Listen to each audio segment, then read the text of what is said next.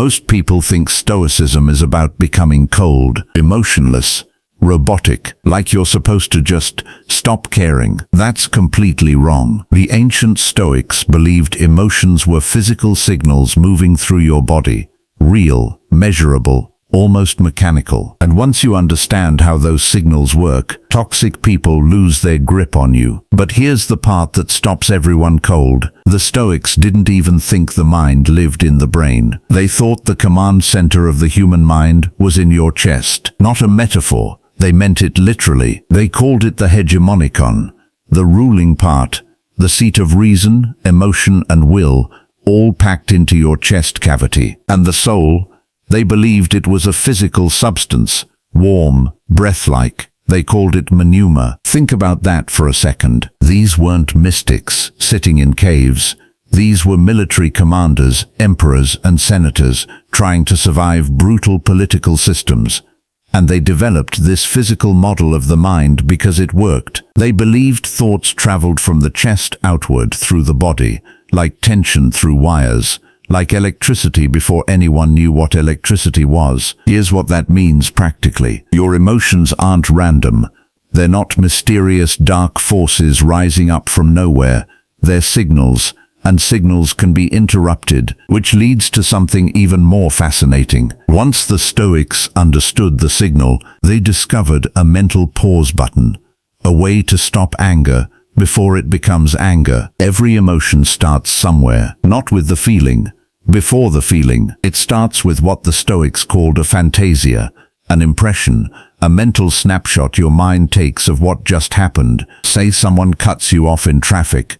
Before the rage arrives, before you even clench the wheel, your mind takes a picture, and it labels it. You were disrespected. That was dangerous. You should be angry. The Stoics called the ability to evaluate that impression fantasia kataleptike, roughly translated, the grasp of a clear impression, the moment where you decide whether the label is actually true. And here's the thing most people miss. You can reject the label. You can look at the impression and say, actually, no, that's not what this is. The driver probably didn't see you, or they're rushing to a hospital, or they're just having the worst day of their life. The impression arrived. You don't have to accept it. When's the last time you actually stopped and questioned the story your brain told you about something?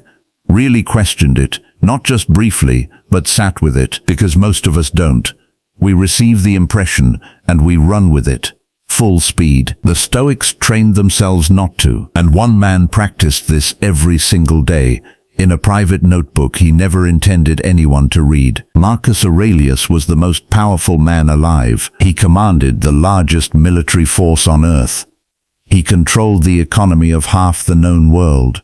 If he wanted something done, it was done, and he spent his nights writing notes to himself about how badly he was failing at staying calm. The Meditations, that's what we call it now, the real title, was something far more personal, to himself. He wasn't writing for posterity. He wasn't crafting philosophy for students. He was talking to himself, arguing with himself, dragging himself back to principles he kept forgetting under pressure. A plague was tearing through the empire. Tens of thousands dying. His generals were betraying him. Political enemies were circling, and Marcus Aurelius, emperor, philosopher, commander, was sitting down every night to remind himself, don't react to the impression, examine it first. He wrote things like reminders before a hard day at work. Basic, almost embarrassing in their simplicity, because staying rational under real pressure is embarrassing in its difficulty. That's what strikes me every time I read Meditations. This wasn't a man who had it figured out. This was a man who had to keep fighting for it, every day, from scratch, which makes modern science's discovery about emotional pain all the more interesting. Naomi Eisenberger at UCLA wanted to understand social rejection, not heartbreak, not grief. Something smaller, the simple experience of being left out, dismissed, ignored. She ran participants through a virtual ball-tossing game. At some point, the other players, controlled by the computer, just stopped throwing the ball to them. That's it. A video game, fake exclusion. And when Eisenberger looked at the brain scans, the dorsal anterior cingulate cortex lit up, the same region that activates when you feel physical pain, not similar, not adjacent. The same. Your brain treats social rejection like an open wound. An insult isn't just unpleasant. Your nervous system processes it the same way it processes being punched, which explains why insults linger so long, why something someone said to you in middle school can still surface in your 30s. The brain filed it under injury. And the Stoics, writing 2,000 years before brain imaging, essentially said, emotions are physical, they're real, in the body, not just abstract feelings. They weren't wrong, but modern researchers found something even more bizarre about emotional pain. Participants in one study took acetaminophen regular Tylenol every day for 3 weeks. They reported less emotional pain from social rejection than the placebo group. Sit with that. An over-the-counter painkiller. The stuff you take for a headache. It blunted the sting of being rejected. Researchers were genuinely shocked by this. The Stoics would have just nodded. Of course, emotional pain is partly physical. We've been saying that for centuries. They didn't have Tylenol, but they had their own version: deliberate mental practice, daily journaling like Marcus did, morning preparation, evening review. Basically, they were doing emotional pain management before anyone had the language for it. And all of this points to the biggest misunderstanding people carry about Stoicism, the one that makes people dismiss it entirely. Stoics didn't want to eliminate emotions. They never said feelings were bad. They never said care about nothing. They never said build walls and let nothing in. What they wanted to eliminate were the pathe, destructive passions, the runaway fires, rage that burns your relationships down, grief that collapses into paralysis, desire that eats you alive. In place of those, they actively cultivated the eupatheia, healthy emotional responses. Joy, not manic excitement, steady, quiet joy. Caution, not fear, measured awareness of real risk. Goodwill, genuine care for other people. A Stoic still feels things deeply, maybe more deeply than most, because they're paying attention. They're not numbing themselves, they're refining. Think of it this way: a fire in a fireplace is warmth. A fire spreading across a room is destruction. Same energy, completely different relationship to it. The Stoics wanted the fireplace. And here's what's interesting: this philosophy is staging a massive comeback.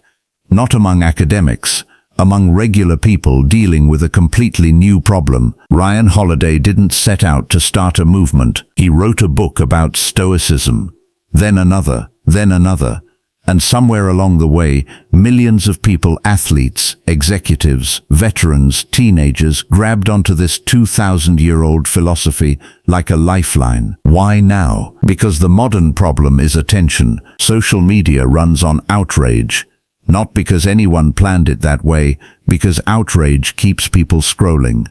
Algorithms figured out that anger is the stickiest emotion, so they feed it. And most people have no defense. The Stoics practice something that sounds almost radical now: selective ignorance. They treated attention like currency. You don't spend money on everything that asks for it. You don't spend attention on everything that demands it either. Ask yourself honestly, how many arguments have you had this week that you didn't actually choose to have? Someone posted something, you reacted, the reaction cost you an hour of mental energy, maybe a whole morning. Who chose that, you or the impression? In 2026, Stoicism isn't a philosophy elective. For a lot of people, it's becoming a practical survival strategy against systems designed to keep you reactive. But there's one final idea that ties all of this together, the thing that actually makes toxic people powerless. You can't stop people from being rude. You can't prevent betrayal. You can't control what anyone says about you, to you, behind your back. None of that is in your hands. But there's one thing that is: your assent. Whether you agree with the impression, someone calls you worthless. An impression arrives, they're right, I am.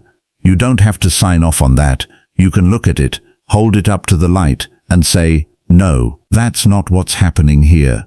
That's their pain talking. That's their limited understanding of me. The moment you withdraw your agreement, the insult has no place to land. This is what the Stoics meant by freedom.